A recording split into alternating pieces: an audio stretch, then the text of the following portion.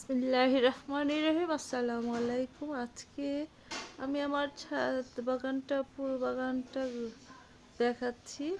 আমার এক সাইডে হচ্ছে ফুলের কর্নার। এখানে আমি সব ফুল গাছগুলো রেখেছি। অ্যাডেনিয়াম, ড্যান্থাস, পর্তুলিকা, কাটামুকুট, তারপরে হচ্ছে বগেনভিলিয়া এবং গোলাপের আমি কাটিং করেছি,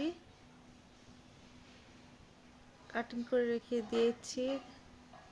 5-6 দিন পরে খাবার দেব আমি।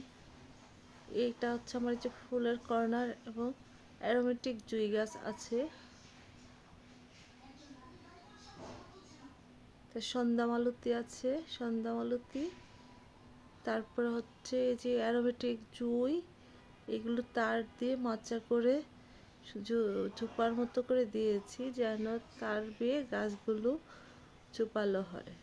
এই সাইডটা হচ্ছে আমার ফুলের কর্নার, সাথে আছে একটা লেবু গাছ।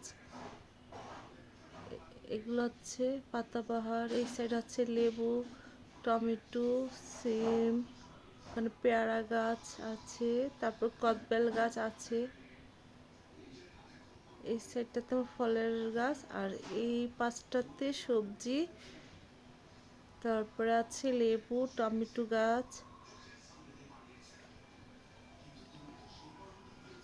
এই যে এইটাতে আছে, এক পাশে আছে ড্রাগন, এখানে আছে সবেদা গাছ, পেয়ারা গাছ,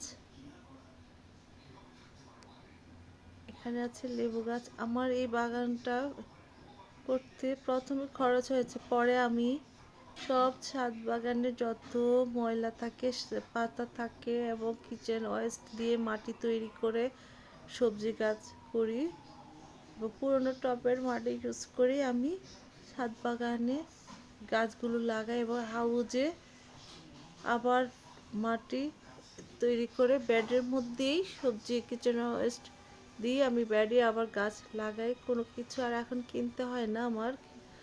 আমি বিশেষ করে জৈব সার ইউজ করি, কিচেন কম্পোস্ট ইউজ করি। সবাইকে ধন্যবাদ জানাচ্ছি।